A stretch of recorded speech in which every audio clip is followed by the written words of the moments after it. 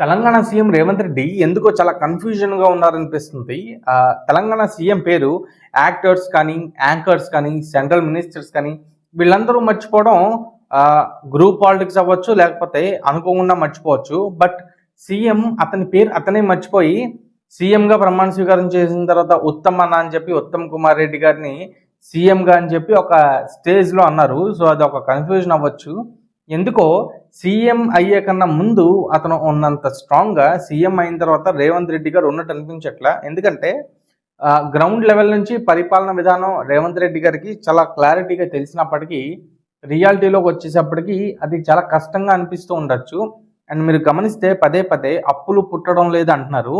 అది ఆయన ఫెయిల్యూర్ని అఫీషియల్గా ఒప్పుకోవడం కాదు, కానీ 8 లక్షల కోట్ల అప్పులు ఉన్నాయి, 7 లక్షల కోట్ల అప్పులు ఉన్నాయని చెప్పి అధికారంలోకి వచ్చిన తర్వాత అక్కడ ఒక 4 లక్షలు 3 లక్షలు ఉంటే, సో అది పోర్ట్రై చేయడానికి కేసీఆర్ ఫెయిల్యూర్ని పబ్లిక్లోకి తీసుకెళ్ళడానికి వాళ్ళ మాటలు మేము మాట్లాడింది నిజమే అని చెప్పి ప్రూవ్ చేసుకోవడానికి సీఎం రేవంత్ రెడ్డి పదే పదే అప్పులు పుట్టడం లేదు, నేనేమి ఇవ్వలేకపోతున్నానని చెప్పి మాట్లాడుతూ ఉండొచ్చు.